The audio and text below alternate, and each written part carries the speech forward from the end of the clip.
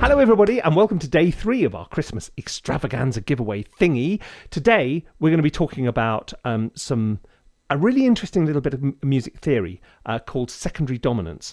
And really secondary dominance is how on earth do you end up with a chord of D major in the scale of C? It doesn't seem to make any sense. Yes it does, and I'll explain why. If you want to join us on our little 5-day micro course, then just drop your email in the link underneath this video and you'll get free stuff every day for a week. It'll set you up for the Christmas break when you can sit there and it gives you something to do and you can, get into all this stuff. If you're new to the channel, think about subscribing as well, because then you can stay involved and all that. And we're going to be giving away free courses throughout the Christmas week, and it's all going to be really rather fun and lovely. Right, let's get back to our thing about chords and all the rest of it. Right, so let's start with a quick bit of revision. If you don't know this at all, then this may go a bit quick. But let's start with middle C, okay? Let's play a scale of C, which just goes up the white notes from there. No, 1, 2, 3, 4, 5, 6, 7, and 8. Back to C again. Okay, so this one is C. If we want to play a chord, we play 1, skip 1, play 1, skip 1, play 1. So you get that shape, and that is called a triad. That is a chord of C major, and because we're in the scale of C major, that chord, which is based on the first note of the scale, is called chord 1. So that's chord 1, move the whole lot up. That's chord 2, chord 3, chord 4. And by the time we get to G, that note there, the chord which is based on that is a chord of G. It's also known as chord 5, or, because everything in music theory has 68 million names, it's called the dominant. So we have chord 1, which is the tonic, chord 5, which is the dominant. These two chords are the most important. Chord 1 and chord 5 is sort of defining what the whole key sounds like in tonal music. So that's why there's an awful lot of songs you can play which actually only consist of just goes back and forth like that. And if you add another chord like 4, then you can play pretty much anything. Now, all this can get a little bit kind of monochrome. Monochrome. He says monochrome while wearing a flashy... No, okay. I am anything but monochrome. I am flashy. Okay. If you stay just with the notes of the scale, it's fine.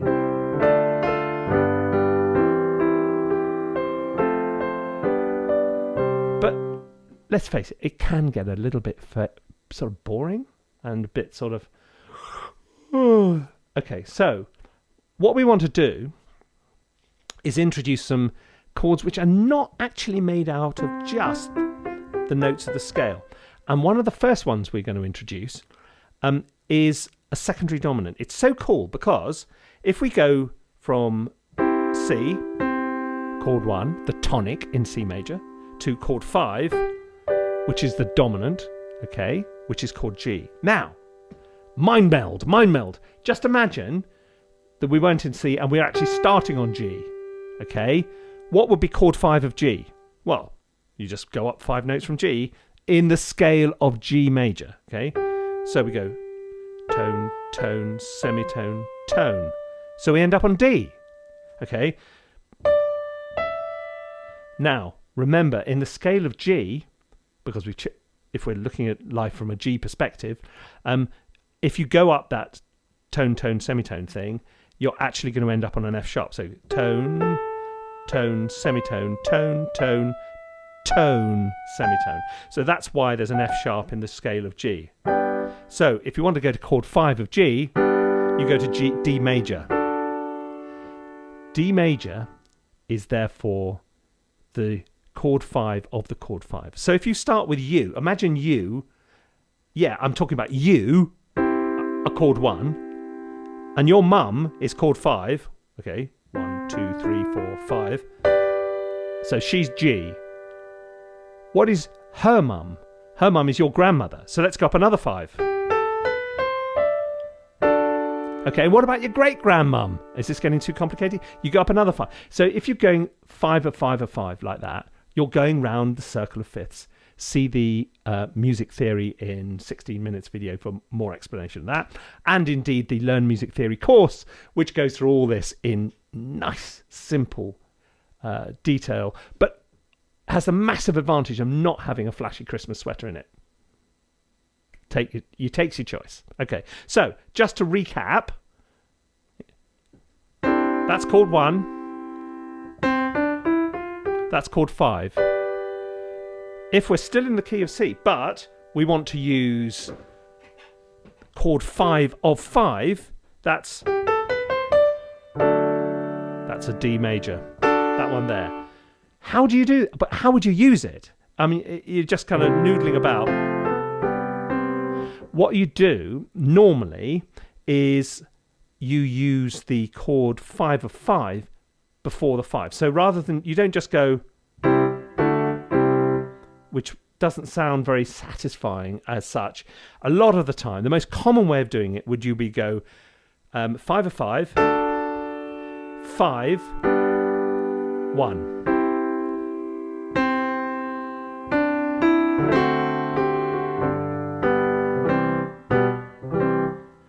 5 of 5, 5, 1. And you could go 5 of 5 of 5. So A is 5 of 5 of 5. So it sort of brings it home, but it brings it home slowly. You're going to go what my mum used to call, let's go the pretty way. We're not going down the main road. We're going to go for a little drive through the countryside. And that's pretty much what you're doing when you're using secondary dominants. We're going for it's nice over here. Just adds a little bit of Christmas spice to your... turn myself off, that's better. To your chord progressions. So when you see a D major cropping up in a C, it can be, obviously in other keys are available type thing. So that's, in a nutshell, what secondary dominants are all about. They can be really useful for all kinds of things, like letting you change to other keys. You can build these interesting little cycles which go through lots of other stuff, which I'm not going to bother you with now. So look, if you found this useful, think about subscribing. If this is the kind of way you want to learn music theory, think about Learn Music Theory, the course. But either way, it is giveaway Christmas present week. So sign up for the email list and you will get all that stuff coming in, free tutorials out of our courses. We're going to give a free course giveaway every day. Lots of cool stuff. So go with that and I will see you tomorrow with something else. See you soon. Bye-bye.